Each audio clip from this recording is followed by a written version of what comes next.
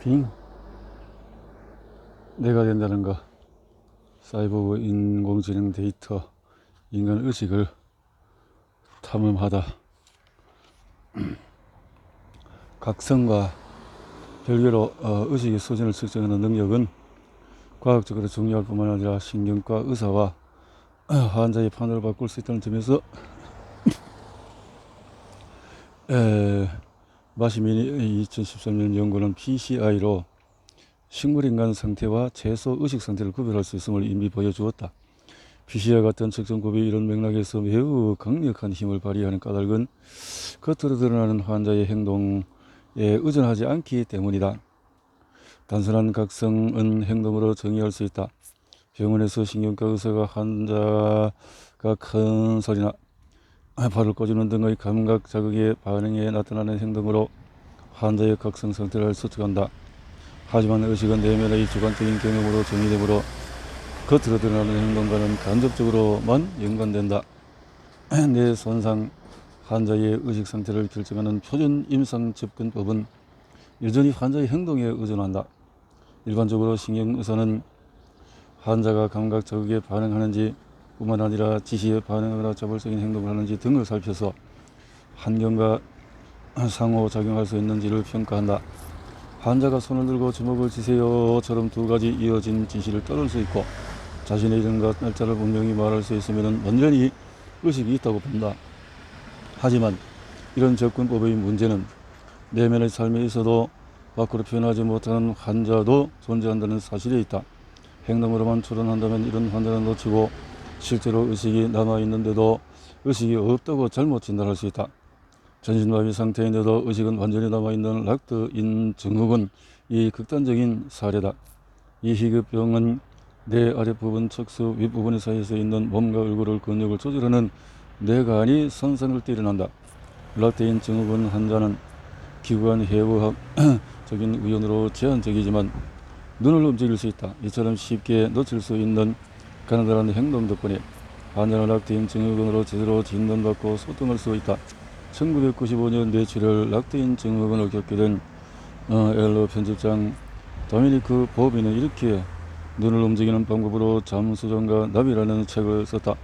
이른바 완전 락드인 증후군 환자는 이런 소통 통로조차 없어 훨씬 진단하기가 어렵다.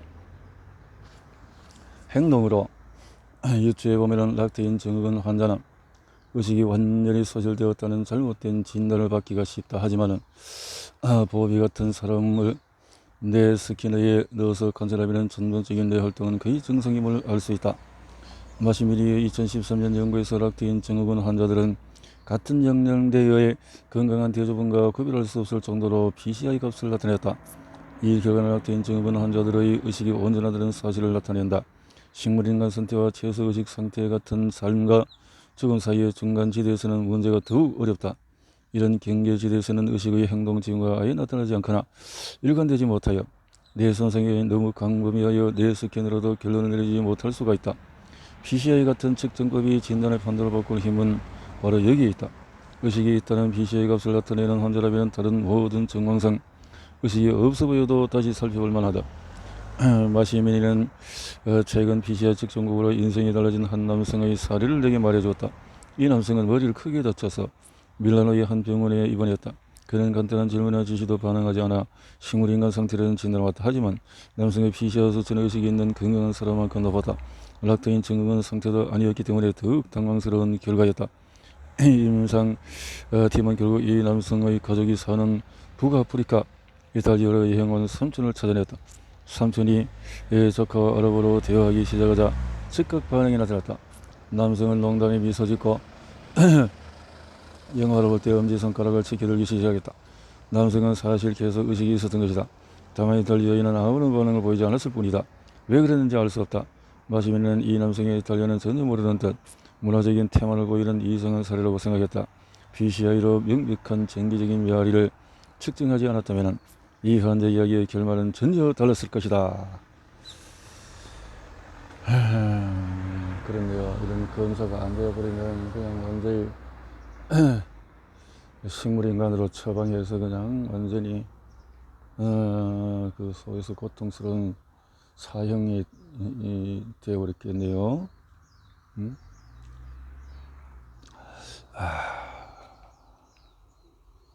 예. 뇌 손상 환자의 잔여의식을 진단하는 의학 분야는 빠르게 변화하고 있다. 마시미니의 PCI 같은 이런 방법은 연구소에서 병원으로 옮겨졌다. 내가 가장 좋아하는 부분은 2006년 신경과학자 오원이 연구 진행한 하우스 테니스 실험이다. 신경계에서 유명한 실험. 오원은 교통사고로 당한 후 행동 반응을 나타내지 않는 23세 여성을 fMRI 스캐너에 넣은 후에 여러 구두 지시를 내렸다. 테니스를 치는 모습을 상상하고 바로 또 돌아다니는 모습, 이런 상상, 구두 지시는커녕 어떤 자극도 보이지 않았는데 오원의 지시는 다소 특이해 보인다. 건강한 사람을 연구해보면 테니스를 치는 등 변화가 많은 동작을 상상하는, 내 부위와 공간을 탐색하는 행동을 상상하는 내 부위는 상당히 다르다. 놀랍게도 오원의 환자는 건강한 사람과 똑같은 내 반응 패턴을 보였다. 이 환자 역시 고도의 구체적인 심상을 떠올리며 능동적으로 지시를 따랐다. 아하.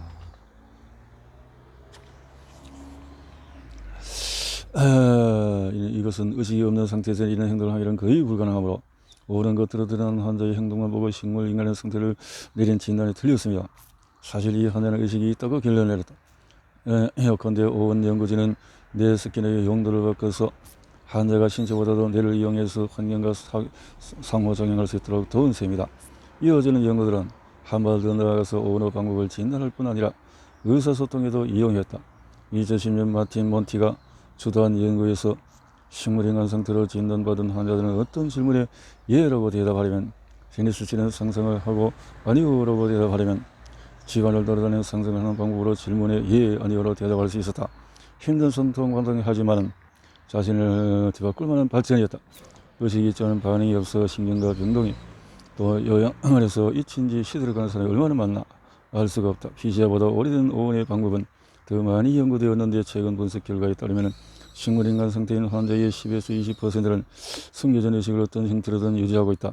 전 세계로 따지면 수천 명이나 된다. 이것도 적게 잡은 수치일 수 있다.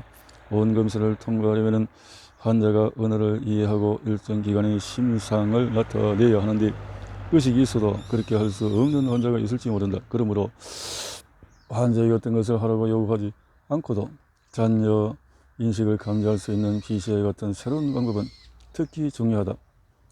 진정한 의식 측정기라면 그래야 한다. 지금까지는 의식의 소진 개념으로 정상적인 각성 상태의 삶이나 전신마취 또는 식물인간 상태에 빠진 사람의 의식이 수준에서 일어나는 비교적인 전반적인 변화를 살펴보았다. 하지만 의식 수준의 의미를 다른 식으로 생각해 볼 수도, 아기는 성인보다 덜 의식적인가? 유아는 아기보다 덜 의식적인가? 물론 이런 생각에도 위험이 따른다. 건강한 성인간 의식과 다른 의식은 어떤 형태로든 다소 부족하거나 낮은 의식이라고 가정하게 만들기 때문이다. 인간 중심주의 바탕을 둔 이런 사고방식은 끊임없이 생물학을 괴롭혀온 한편 여러 면에서 인간 사상의 역사를 어둡게 만들었다. 의식은 여러 속성을 지니는데도 건강한 성인에게 나타나는 전형적인 특정 속성과 표현을 모든 의식의 중요한 본질과 혼동하고, 건강한 성인의 의식이 나타나는 속성을 단일한 척도의 맨 위에 있다고 가정하는 것은 실수다. 의식적인 경험은 어떤 동물 발달이나 전반적인 진화 과정에서 점차 분명히 나타난다. 하지만 어떤 프로세스가 하나의 선을 따라 펼쳐진다는 설명이었어.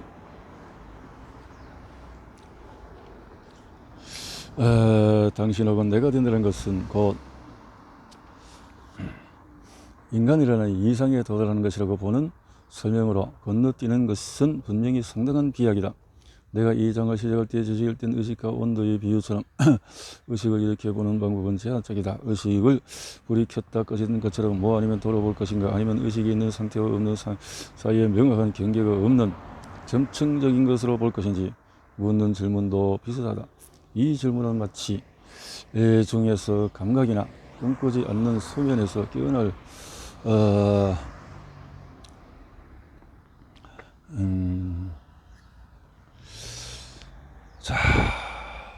이렇게 일반 성의를 보자. 점심을 배불리 먹고 책상에 앉아서 정신이 산만해진 몽롱한 상태에 있을 때보다 꿈을 꿀 때 의식 수준이 더 높거나 낮은가? 간단한 답은 없다. 꿈은 어떤 면에서 더 의식스러울 수 있지만 다른 면에서는 덜 의식적일 수도 있다. 의식적이기도 하고 덜 의식적이기도 하다. 의식의 다면적인 수준을 심도 있게 고려하면 의식 수준과 내용 사이에 명확한 구분이 사라진다는 중요한 결론에 이르게 된다. 얼마나 의식적인지와 무의식적인지를 구분하는 의미는 무의미해진다. 온도의 비율을 문자 그대로 끌어온 어디나 들어맞는 의식 측정법 따위는 결코 없다. 몇 년 전 우리는 한각의 상태의 뇌 활동을 조사해서 의식의 수준과 내용이 어떻게 상호작용하는지 살펴봤다. 한각제는 여러 용도로 쓰이지만 단순한 양력적 개입으로 뇌의식의 내용에 심오한 변화를 일으킨다는 면에서 의식과학에 독특한 기회를 제공한다. 리세르산 다이에텔 아마이드를 발명한 스위스 화학자 알베르토 호프봉아는 1943년 4월 19일 스위스 바젤에 있는 제약회사 산도스의 실험실에서 집으로 돌아오는 이 길에 일어난 일을 기록해서 이런 의식 변화가 얼마나 극적인지 알게 되었다. 자전거의 날로 기억되는 이날, 호프만은 자신이 최근 발명한 물질을 조금 삼켰다. 잠시 후 그는 다소 심상치 않은 기운을 느끼며 자전거를 타고 집으로 출발했다. 온갖 괴로운 경험에 시달리며 겨우 집으로 돌아온 호프만은 자신이 미쳐가고 있다고 믿으며 소파에 누워서 눈을 감았다.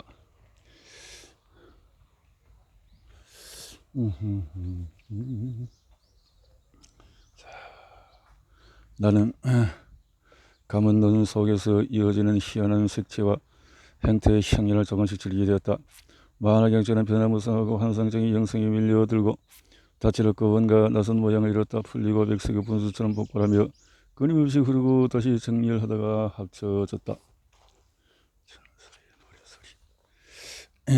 한각 상태에서 생생한 지각적인 한각이 일어나면 흔히 자기와 세상 타인과의 경계가 이동하거나 해체되는 자아해체라는 특이한 자아 경험이 일어난다. 한각 상태에서는 정상적인 의식 경험에서는 벗어나 이런 이탈이 넘쳐나서 의식의 내용뿐만 아니라 전문적인 의식 수준에도 변화가 일어난다.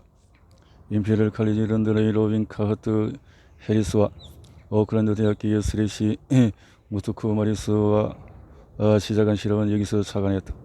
2016년 4월 로빈과 나는 애리조나주 투선 외곽의 산타 카탈리나 산맥기슭에서 열린 회의에 참석했다. 강연 제의를 받은 우리는 이 회의를 의식에 대한 우리의 관심사와 한각적인 맥락 사이에 접점을 찾을 기회로 삼았다. LSD나 실로시빈 같은 환각제를 다루는 과학적인 의학적인 연구는 수십 년간 불모지였다가 최근에서야 다시 시작되었다. 호프만이 스스로 실험한 이래에 LSD를 약물 및 알코올 중독 같은 정신질환 치료제로 사용할 가능성을 탐색하는 연구가 잠깐 꼽혀서 매우 유망한 결과를 보인 적도 있다 하지만 이후에 LSD가 기분 전환용 약물로 흔히 이용되고 티모시 리어리 같은 이들이 반항의 상징으로 칭송하면서 1960년대 말이 되자 이런 연구는 대부분 중단되었다. 실제로 새로운 연구가 제기된 것은 2000년대가 되어서였다. 과학의 발전으로 본다면 잃어버린 긴 시간이다.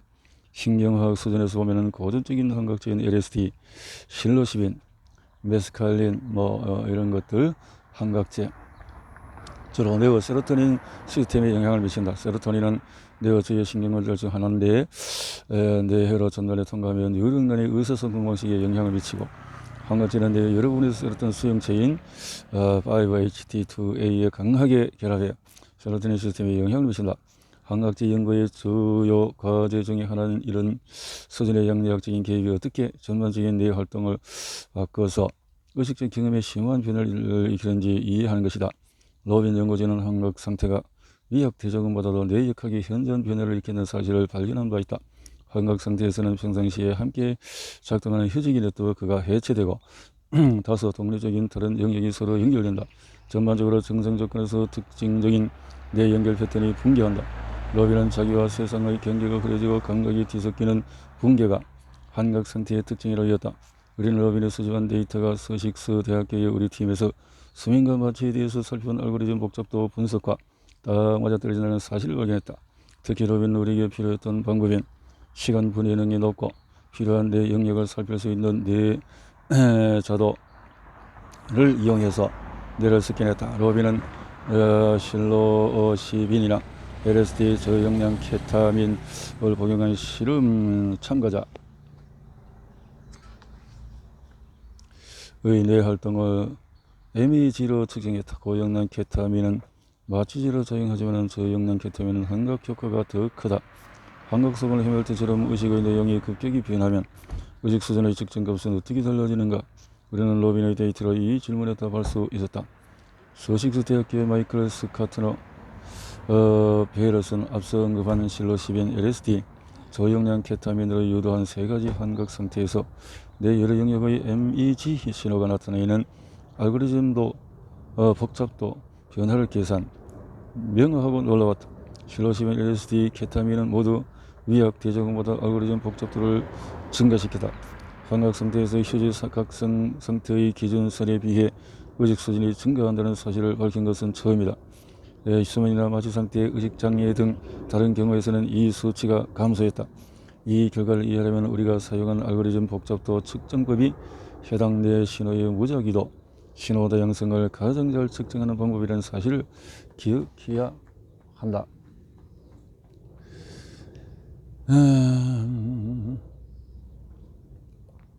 완전 무작위 배열은 알고리즘 복잡도가 가장 높고 다양성도 가장 크다.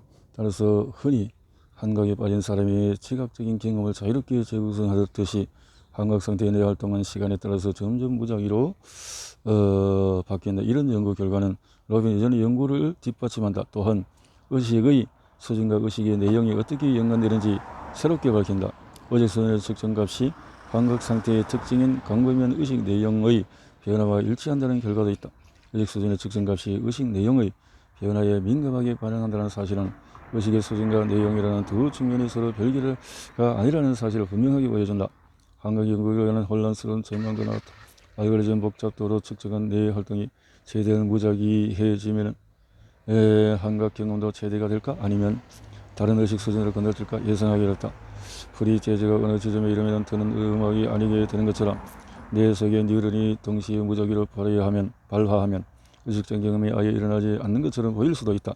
여기서 문제는 알고리즘 복잡도가 흔히 말하는 복잡하다라는 의미와 다르다는 점이다.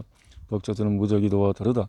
복잡도라는 개념은 무질서의 양극단이 아니라 질서와 무질서의 중간적으로 보는 것이 타당하다. 재즈로 말하면 니나 시몬이나 텔러니어스 몽크 정도이지 본조도구 복잡도 더 정교하게 살펴보면 무슨 일이 날까?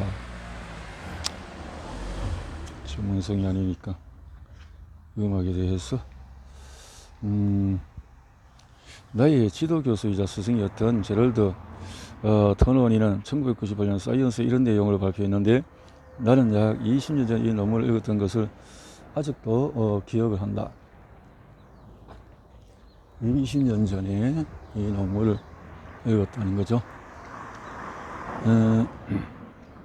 나의 지도교수이자 이 논문은 의식에 관한 생각을 획기적으로 바꾸었으며 내가 샌디에이고 의고 있는 신경과학 연구소에서 일하게 된 결정적인 계기가 되어졌다.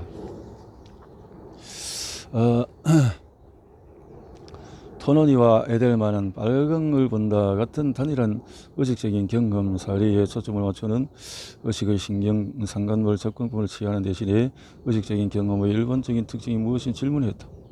두 사람은 단순하지만 심오한 전망을 모든 의식적인 경험은 정보적이고 통합적이다. 자, 이 모든 의식적인 경험의 신경 기초를 논했다. 여기서 동시에 통합적 생각은 약간 설명이 필요한데 정보적이라는 점부터 의식적인 경험이 정보적 정보를 준다는 말, 토너니와 에델만은 이 표현을 신문은 정보적이다 같은 의미가 아니라 언뜻 사용해 보여도 풍부함을 감추고 있다는 의미로 사용했다. 모든 의식적 경험은 이전에 경험했거나 앞으로 경험할 예정이거나 경험할 수 있는 다른 의식적인 경험과 다르다는 면에서 정보적이다. 내 앞에 있는 책상 너머 커피잔이나 모니터 구름 이런 식으로 경험한 적이 없다.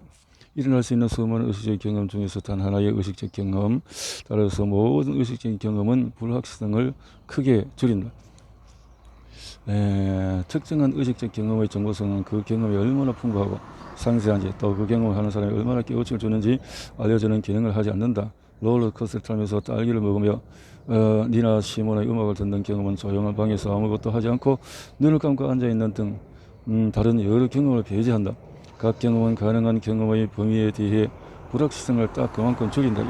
이런 관점에서 본다면 특정한 의식적인 경험이 어떤 것인지는 경험이 실제로 무엇인지가 아니라 실현되지 않았지만 실현 가능한 그것이 아닌 나머지로 정의된다. 순수한 빨강은 그런 방식으로 경험하는 것은 빨강의 내재적인 속성 때문이 아니라 빨강이 파랑, 초록, 다른 색이나 다른 냄새, 다른 생각, 후회의 느낌, 어떤 내용도 아니기 때문이다. 빨강은 다른 모든 것이 아니기 때문에 빨강이고, 이는 의식적 경험도 마찬가지다. 정보성에서 높은 점수를 얻는 것만으로는 충분치 않다. 의식적 경험은 매우 정보적일 뿐만 아니라 통합적이다. 의식이 통합이라는 말이 정확히 무슨 의미인지 대해서는 아직 논쟁의 여지가 많지만은 근본적으로 컴퓨터와 커피잔, 복도에서 문이 닫히는 소리, 다음에 어떤 소리를 쓸지에 대한 지금 내 의식적인 경험 요소는 단일하고 포괄적인 의식적 장면의 요소로 불가피하고 근본적인 방식으로 엮여 있다. 토너니와 에델만의 승부수는 여기에 있다. 모든 의식적인 경험이 현상학적인 수준에서 정보적이고 통합적이라면 의식적 경험의 근본적인 신경 메커니즘 역시 정보적이고 통합적이어야 한다. 신경 메커니즘의 모든 의식적인 경험의 핵심 현상적인 특징과 연관됨은 물론이고, 이 특징을 설명할 수 있는 이유는 신경 메커니즘이 정보성과 통합성을 모두 지녔기 때문이다. 메커니즘이 정보적이고 통합적이라는 말은 무슨 의미인가? 잠시 내에서 벗어나서 각 요소가 상호하는 시스템을 떠올려보자. 그 요소는 뭔지 몰라도 이런 시스템은 양극단을 가진 척도로 정의할 수 있다. 단극단, 독립적으로 행동한다. 이런 시스템은 최대 정보성을 지니지만 모든 요소가 서로 독립적이기 때문에 통합성은 전혀 없다. 반대 극단 오른쪽에서 결정된다. 무작위는 전혀 없다. 규칙성, 복잡성, 복잡성의 규칙의 관계에서 양극단의 중간이라는 개별 요소가 서로 다르게 행동하지만 공동작용도 할 수 있어서 어느 정도 전체적으로 작동하는 시스템이 있다. 통합적인 정보성을 모두 나타내는 영역인데,